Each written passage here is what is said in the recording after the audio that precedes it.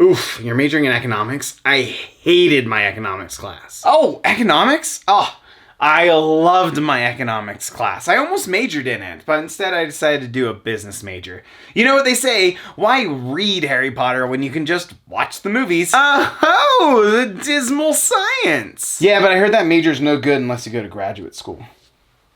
What do you mean it's one of the highest paying majors? What do you think about the housing market? What do you think about the stock market? What do you think about Bitcoin? Can you do my taxes? Oh man, when I was in school, I took that intro economics class from Professor Smith. Oh man, is he still there?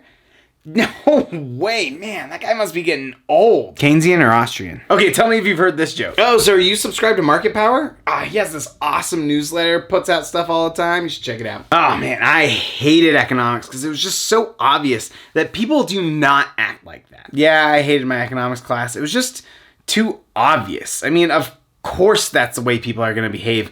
What are we even learning here? Oh, so you only care about money. The Economist says, assume we have a can opener.